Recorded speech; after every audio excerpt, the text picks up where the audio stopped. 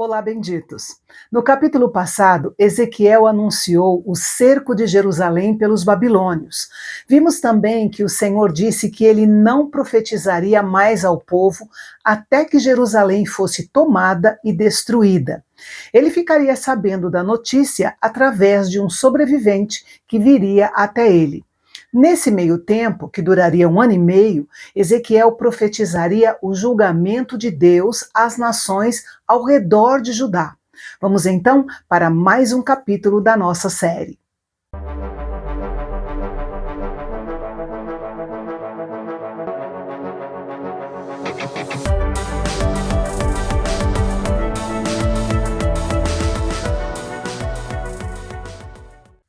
Hoje nós começamos uma nova sessão no livro de Ezequiel, que vai do capítulo 25 ao capítulo 32.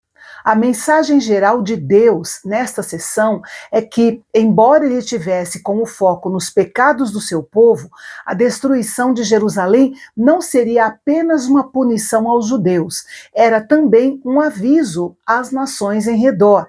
E Yahvé não havia esquecido e nem negligenciado o julgamento de cada uma delas. O primeiro povo a receber o aviso do julgamento divino foram os Amonitas, descendentes de Ló, sobrinho de Abraão.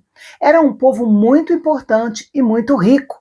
Mesmo havendo rivalidade política entre Amon e Israel, os amonitas não sentiram pena ou tristeza nem quando o reino do norte de Israel foi conquistado, mais de 100 anos antes, e nem depois, quando aconteceu a conquista de Jerusalém e a destruição do santuário de Yahvé.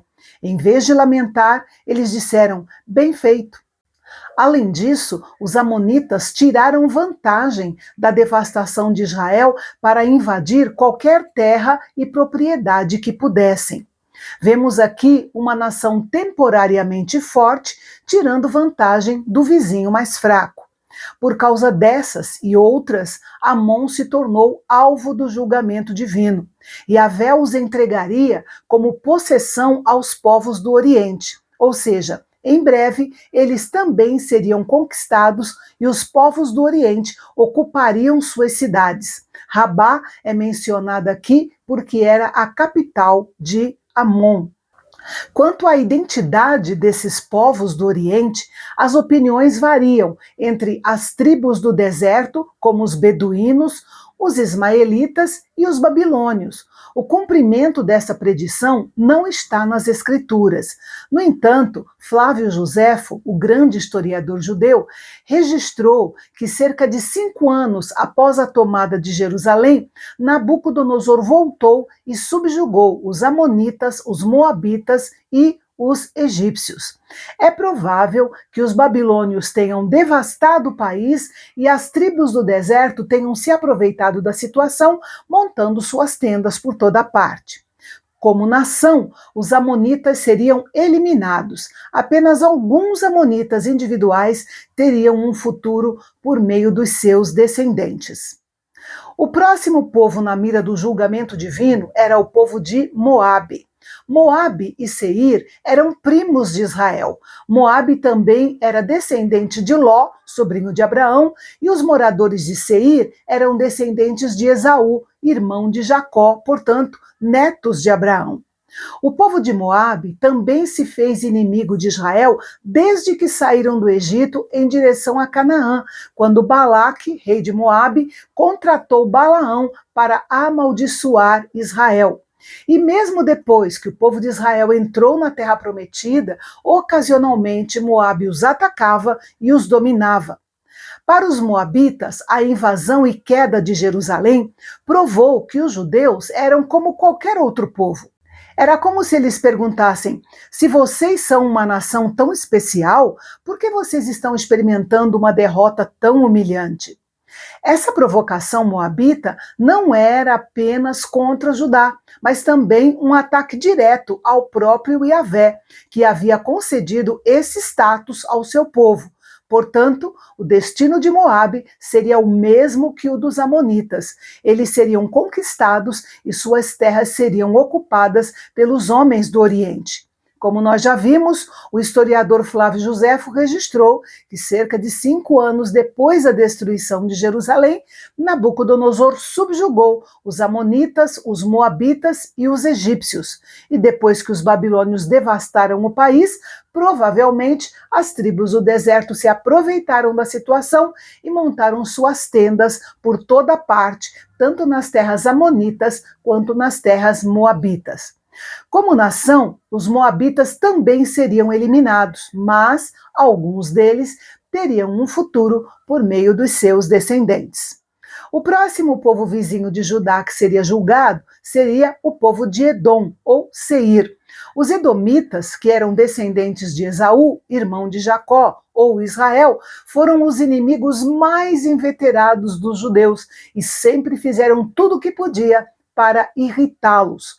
Quando Nabucodonosor veio contra Judá, parece que os edomitas não apenas aprovaram, mas também ajudaram os babilônios e o fizeram por vingança.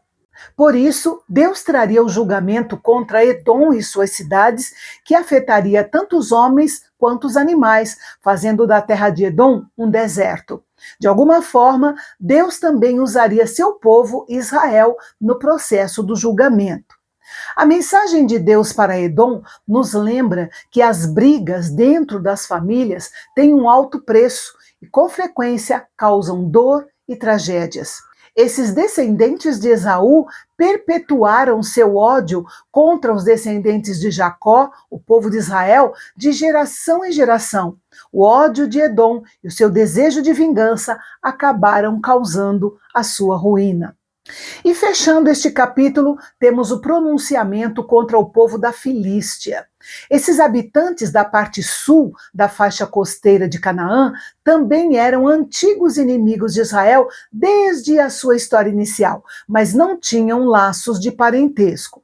Deus prometeu trazer o seu julgamento contra eles e contra todos aqueles que viviam ao longo da costa marítima.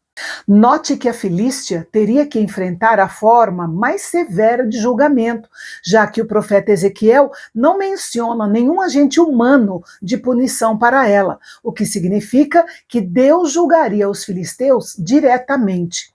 O propósito de Deus sempre foi maior do que apenas o julgamento. Havia e sempre há o forte propósito de revelar que Ele é o Senhor, o Deus acima de todos os deuses, o único justo e poderoso. É interessante considerar que as 4 nações deste capítulo demonstraram ciúme vingativo e ódio para com Israel. Eles se recusaram a entender que nenhuma nação poderia tocar no povo de Deus para o mal sem atrair sobre eles a ira do seu Deus, Yahvé, o Deus vivo e verdadeiro.